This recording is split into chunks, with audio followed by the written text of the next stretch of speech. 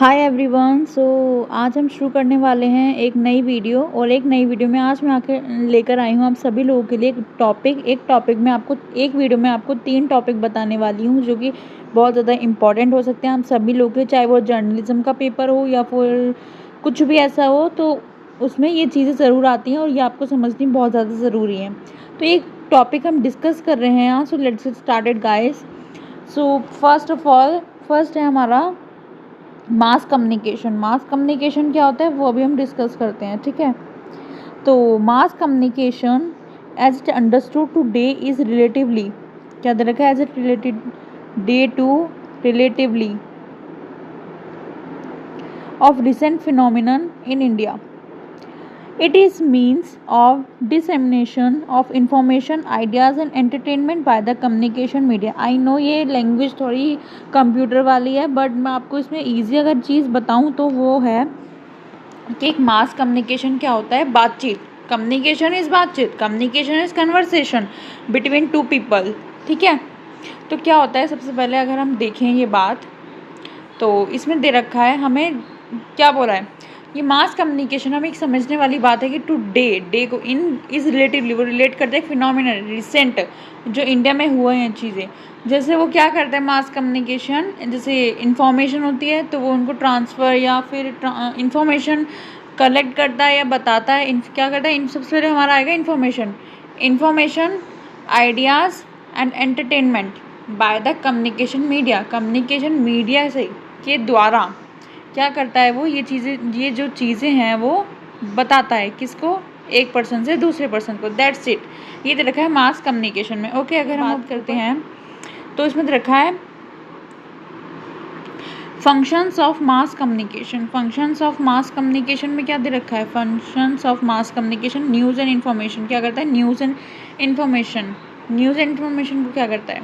Comment में ज़रूर बताना आप लोग को समझ में आ रहा है या नहीं, समझ में आ रहा है तो ही मैं आगे चल पाऊँगी, ठीक है। न्यूज़ एंड इन्फॉर्मेशन होती है, हमें जो न्यूज़ भी है।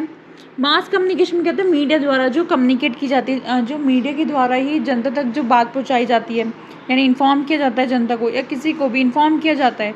ये इसके फंक्शन है। फर्स्ट फंक्शन इसका वही है, ठीक है। सेकेंड की अगर हम बात करें तो डिस्कस ऑफ ओपिनियंस। अगर अब दो लोग कोई बात कर रहे हैं तो उनके ओपिनियंस जानना, यानी एक बोलने वाला होना चाहिए और एक सुनने वाला होना चाहिए, तभी आपकी कम्युनिकेशन जो आपकी बातचीत है वो अच्छे ढंग से हो पाएगी, ठीक है, बिल्कुल अच्छे वे से हो पाएगी। तो उसमें आपके ओपिनियंस की बहुत ज़्यादा महत्वपूर्ण होती है, बहुत ज़्यादा महत्वपूर्ण होता है, ठीक है। तो अब हम बात करते हैं तीसरे तरीके है कल्चरल ट्रांसमिशन होता है जो हमारे देश वेश की उसे जो कल्चर होती है, कल्चर वाइज जो होता है ना कम्युनिकेशन, उसको कहते हैं। और एंटरटेनमेंट तो आप सब जानते हैं, फन एंटरटेनमेंट। आई थिंक ये आपका बहुत फेवरेट टॉपिक भी हो सकता है एंटरटेनमेंट। तो एंटरटेनमेंट का इसमें बस वही दे रखा है कि एंटरटेनमेंट कैसा होता है। एंटरटेनमेंट हो जाता है अगर हम अपनी जनता को एंटरटेन करना चाहते हैं, तो अब जैसे लोग होते हैं यूट्यूब पर कुछ व्लॉग्स बनाते हैं, उससे भी एंटरटेन कर सकते हैं। यूट्यूब पर म्यूज़िक वीडियोस डालते हैं अपने फैंस के लिए, उससे भी एंटरटेन हो सकता है, उससे भी फन हो सकता है।